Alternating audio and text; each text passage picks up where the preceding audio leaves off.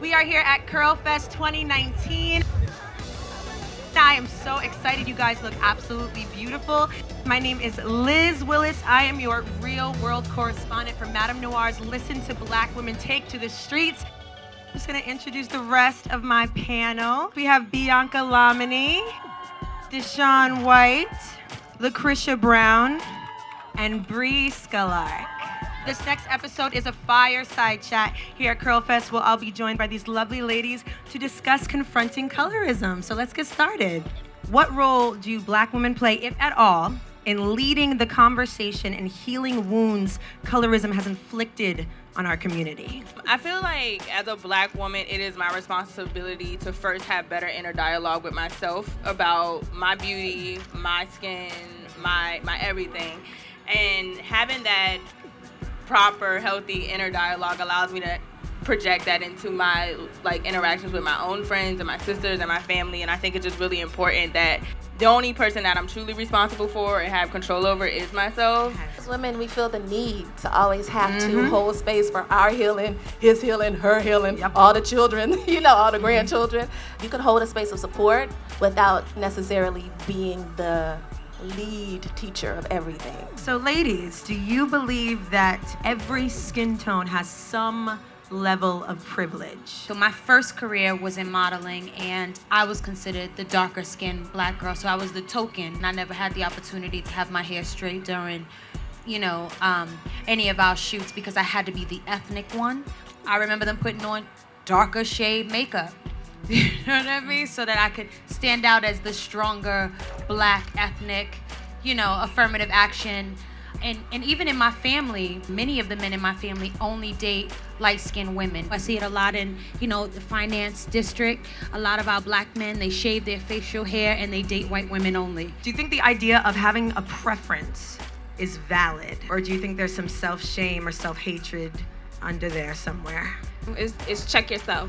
Check yourself and check your what might be internalized views on white supremacist views, Post-traumatic slavery disorder is real, and I think that we substitute it as culture, and it is not. It's just about being clear in intention. I think that it's also about that self-discovery and really looking in the mirror and being authentic and honest with yourself and saying, I have a problem with me.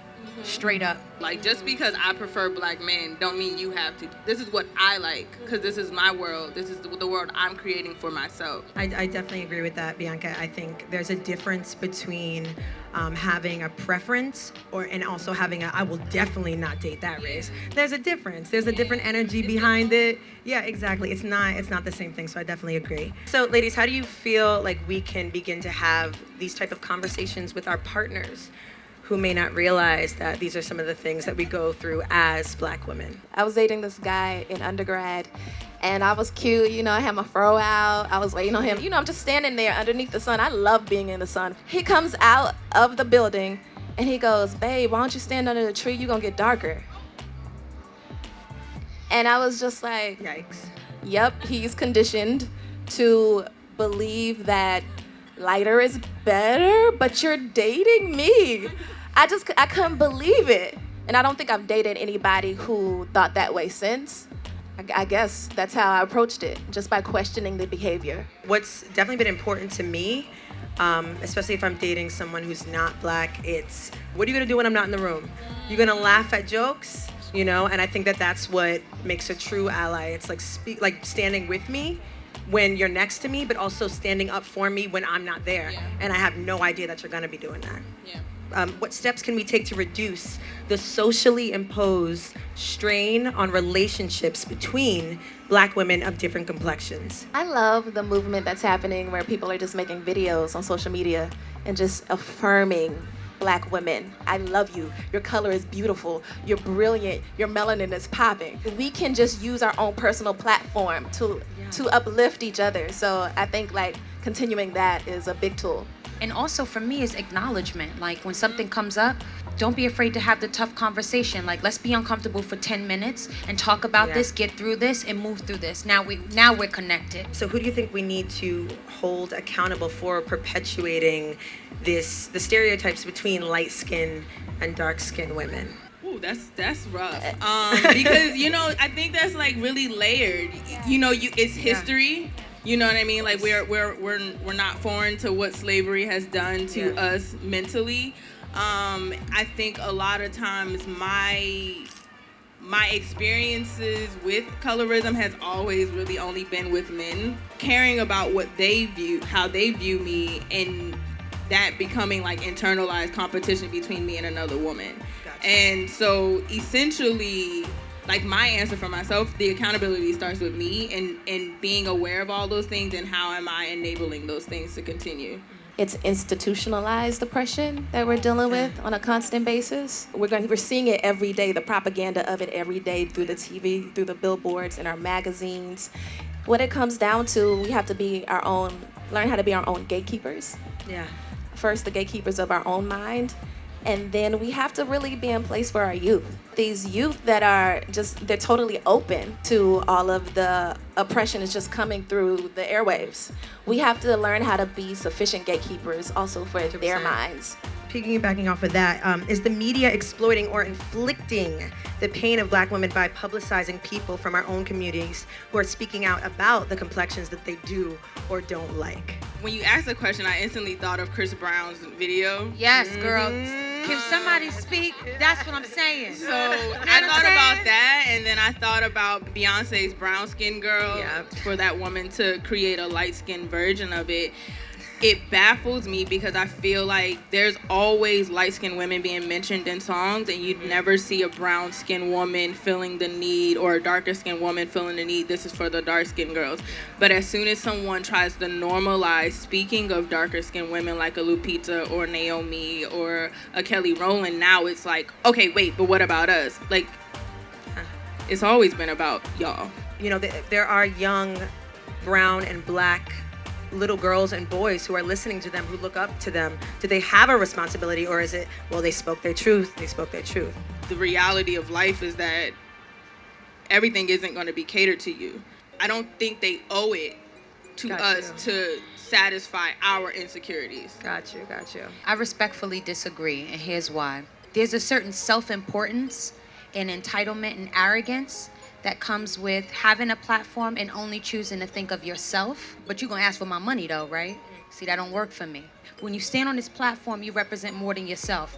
So let that self-importance go, or keep your self-importance, but also don't ask me for nothing. Don't ask me for my money, don't ask me for my likes, because you don't like me. A lot of times, you know, we're in cancel culture right now. And a lot of times we cancel people for 5 seconds and then that's it. 5 seconds. And then there's no more canceling. No impact. And if we are going to either support or not support these people. So I think the responsibility is more so on us. If they're going to be canceled because they don't like us, then we need to cancel them and they need to stay canceled. Yes. So is there a way to heal community internalized self-hatred? Mentorship. Yes. I think mentoring is so important. And when we're talking about responsibility and accountability, it starts with us. And so if I see a young girl who's struggling in that, and I give her the tools on how to love herself, and then I teach her the importance of mentorship, then she'll go and grab another young lady, and she'll do the same thing. And so by me, as an individual, deciding that I'm gonna love myself and I'm gonna show someone else how to do it, I have mentored thousands of women just by mentoring that one person. Mm-hmm. What would we like Black mothers to know about the impact that their own colorism has on our identity, and how can we change that? For me, it was not my mother. It was my dad. So I'd like to bring the fathers into this conversation. And I remember, and he looked at me and he said, "Lucretia, you look like me, and you're beautiful. You are gorgeous. You have daddy's color. Don't you ever let anybody tell you otherwise. You are beautiful." And I never forgot that. That got me so straight. That set me for the rest of my life. My mom has always been inclusive in that manner. Like, I've never been insecure about being a darker skinned woman because of her. Because she's always told me how beautiful I was. She tells me this to this day, how beautiful I am. I wanted my kid to grow up and look like me and never have to question, like, the difference. That was important for me. So, me and his dad, like, we on the same page about that. He's darker than me, and we like, all right, we cool, we good. We got this. We gonna lock his hair as soon as he's out the womb, you know. So, ladies, what are some closing words regarding the ways you begin we need to heal towards accepting and continuing the conversation of colorism? I would say self-love is the greatest ministry. Yes, ma'am. But in your time alone, make sure you get into your heart, into the root of all of the insecurities, of all of the fear, of everything, all of the negative talk and chatter. And love yourself. Find a space of love. With that fearlessness, arm yourself with knowledge, because knowledge is power.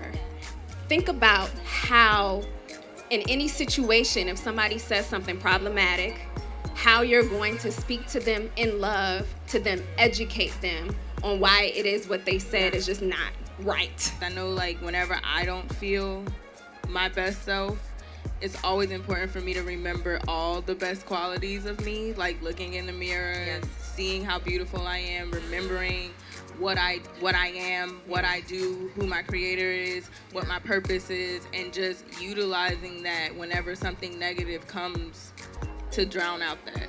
Move fearlessly towards the trauma. Move towards what hurts instead of away from it, so that we can find the root and start rewiring our thinking. Awesome. Ladies, thank you so much for joining me today. Thank you for having us. Thank you, guys. Thank you so much for being here. I am Lis Willis, your real world correspondent for MadameNoire's Listen to Black Women Take to the Streets. Definitely subscribe to our YouTube channel where you can watch episodes just like this one, and we continue the conversation down in the comments. Until then, ladies, listen to Black women. Thank you so much.